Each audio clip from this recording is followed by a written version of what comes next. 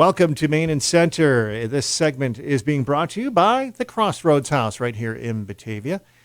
Good day, everyone. It's Chris Kalin. I'd like to welcome to the studio today. We're going to have several guests in representing the Crossroads House and a unique segment that I will not steal the thunder. The director is here to tell us about it of the Crossroads House, Jeff Allen. Welcome, Jeff. Thank you, Chris. Glad to be here. Also with us is one of their specialized volunteers, who is a doula, Tom Stable. Tom, it's good to see you, sir. Thank you, Chris.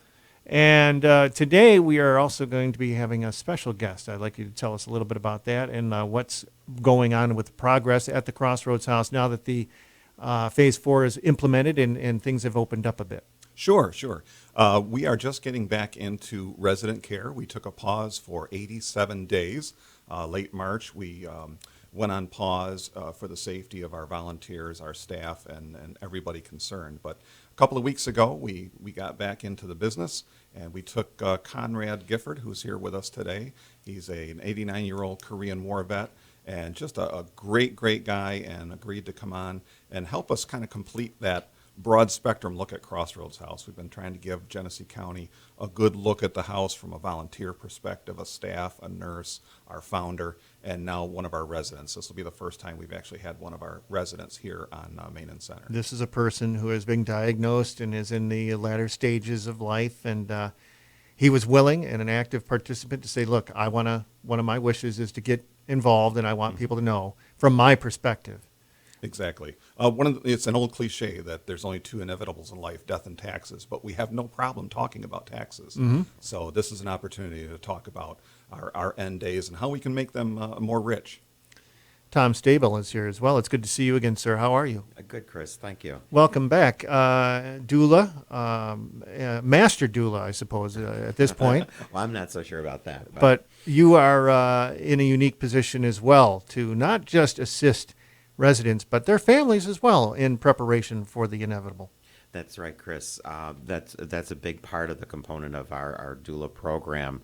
As a lead doula, right now we kind of morphed into some changes in terms of how we're dealing with our doula program, so that there's at the beginning just one lead doula that works with the family and with Conrad, and as the end of life kind of starts to evolve, we pull in other people based on the needs of the family and for Conrad.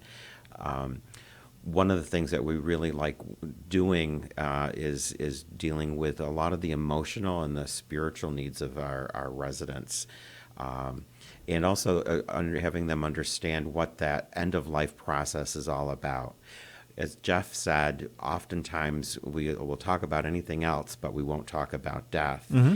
And that's one of the things as a lead doula that we will do is really approach it as a kind of an everyday subject with the family and with the resident.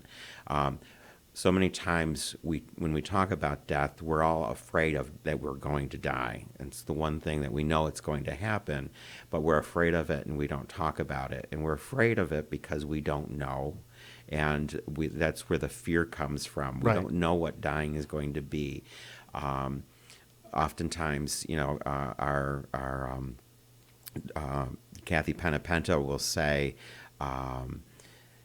once we can release the family and the resident of that fear factor, then they're able to deal with that process of dying. That seems to be the big motivator, too, is the fear of the unknown. That's what creates the fear, is you don't know. Exactly. And so prepping the person, resident or family, is probably the most difficult thing, and acceptance of that. Exactly. And right now, I've been doing a lot of close work with Conrad's family, with particularly his daughter, who's has been a strong caregiver for him, mm-hmm. and helping her get through the process and talking with her. Very good. It's a wonderful task that you've taken upon yourself, Tom, and you do it for nothing at all. You're a volunteer strictly to do this to benefit people's emotions and for the love of humanity. Right. Yeah. That's a special person you are. No, thank you.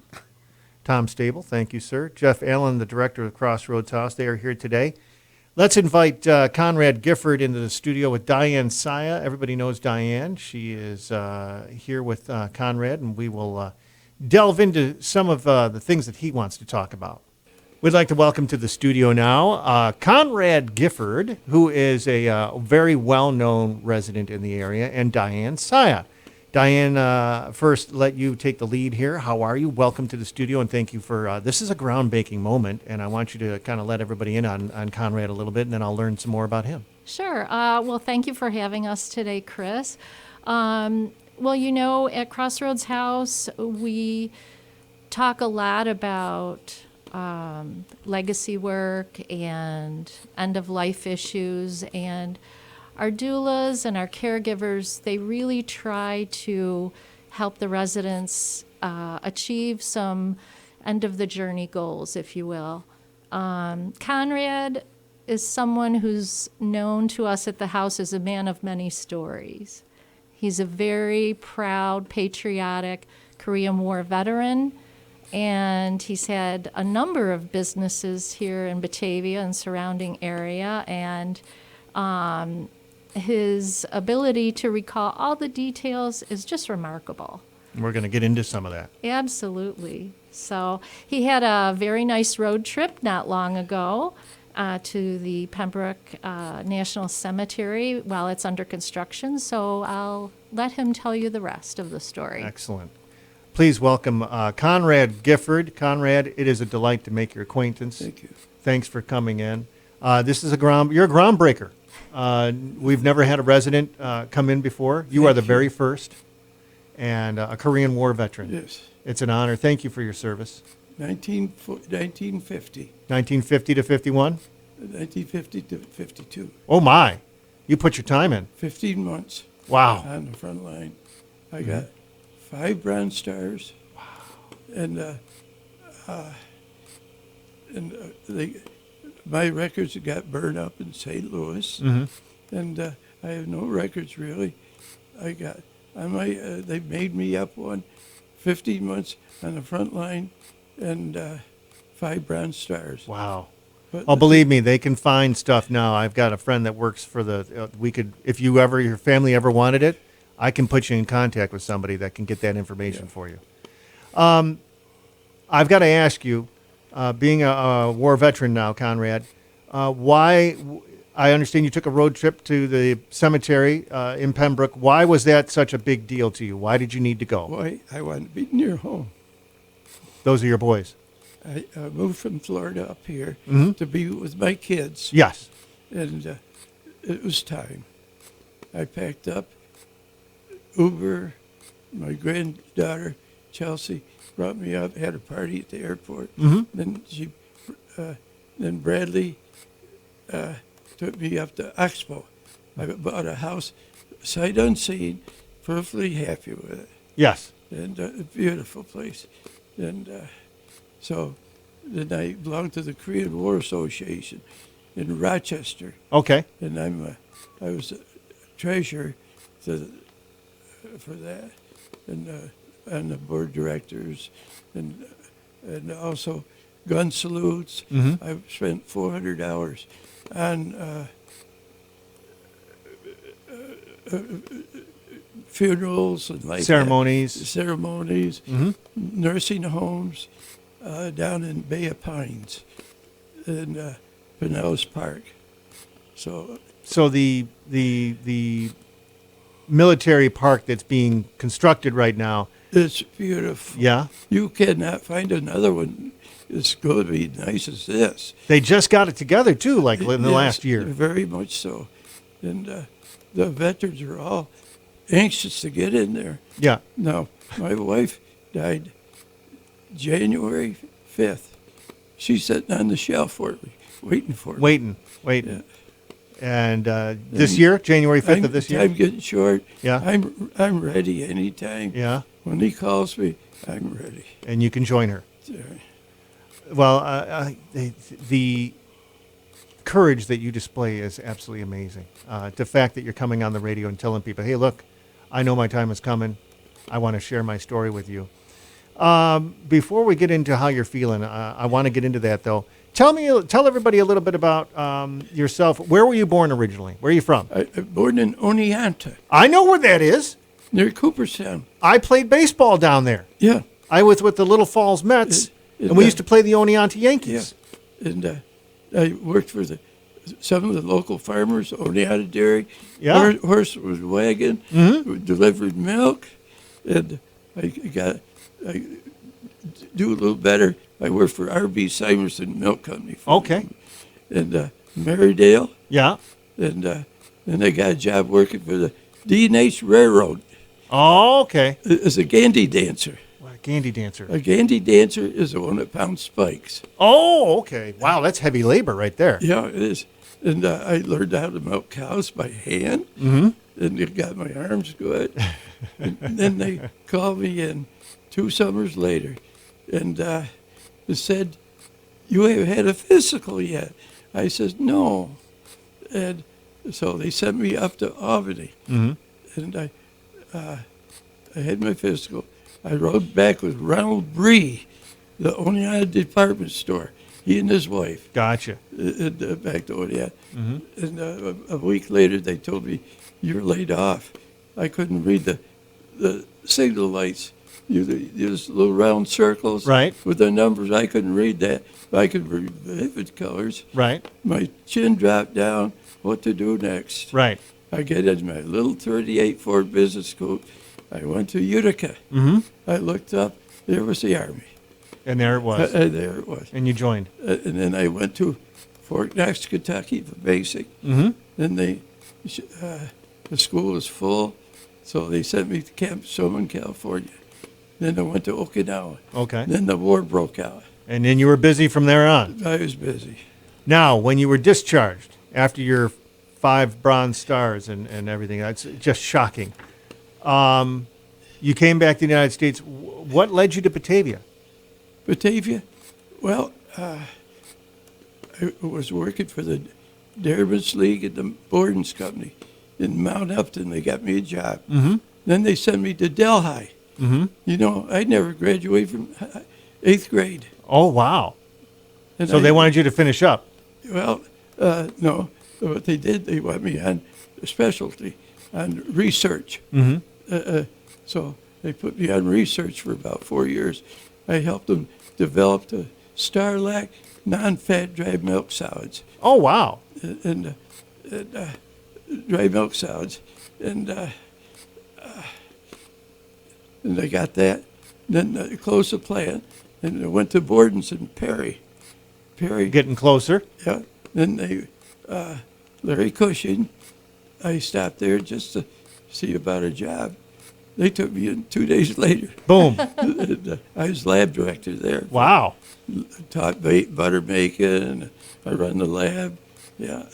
A couple of businesses that you started here in the Then I Batavia got area. the laundromat going. Mm-hmm. Then I bought Golden Mobile Home Park. Mm-hmm. And I sold Ford trucks, Mhm. camper trailers, everything I did good. And I had good people working for me.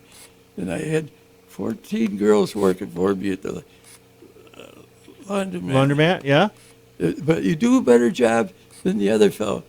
The other laundromats were quite as clean. Mm-hmm. The attitude, that makes a lot of difference. Oh, it sure does. And, so I closed, there were 7 other laundromats. I closed them all up. Yeah. That's awesome. I borrowed $200,000. I paid it off in quarters and dimes. Ha! Amen. That's awesome. I've had a charmed life. Then my wife had the beauty shop in there, the beauty shop. And, it worked out good. And Genesee County and Joe Gervais was nice. All the dignitaries were good to us. And I had 36 rental units at one time. Wow. Yeah. Conrad Gifford, you have lived a life, my friend. A charmed life. Well, I've got to ask I you. went through ambushes in Korea. Mm-hmm. And I was with the 24th. We got ambushed. 24th Infantry Division. Yeah. Then they transferred. I got across the Neckdown River. And Colonel Michaelis was a protege of Colonel Patton. Mm-hmm. And he took me in pretty good. And he asked me, he did no outfit. And so So I joined the Wolfhounds. Oh, wow. Yeah. And I had a friend up at Long Lake. I want to compliment him. Bob Cousin. He was right alongside of me. Got an eye shot out like that. Through war. There's some things I proud of to doing, and there's some things I didn't. War is war, whether we like it or not. That's true. Yeah. So, Conrad, we've only got about a minute to go. Yeah, go ahead. I want to ask you right now, as you know what's happening to you, what's in your heart? How are you feeling? What's going on right now with you that you can? My country's being torn down. It's breaking your heart. It is. My country was built up beautiful. I'm making an ass of myself. No, you're not. But the United States will rebound. Anarchy is right now. It's good. It's straight now. The veterans will be there. It breaks your heart seeing what's It does. going on now. Then I went through the last depression back in the 30s. I could see it back then, but this is different. And the colleges teach different. I got relatives, Republican, Democrat. Everyone's got their own ideas. You know. We've been talking to Conrad Gifford. It's been a delight to make your acquaintance. Thank you. And I thank you for sharing. appreciate every talking to you. Thank you for allowing us to be a part of this. Yeah. And thank you for sharing your story. This segment of Main and Center, a groundbreaking segment, has been brought to you by the Crossroads House.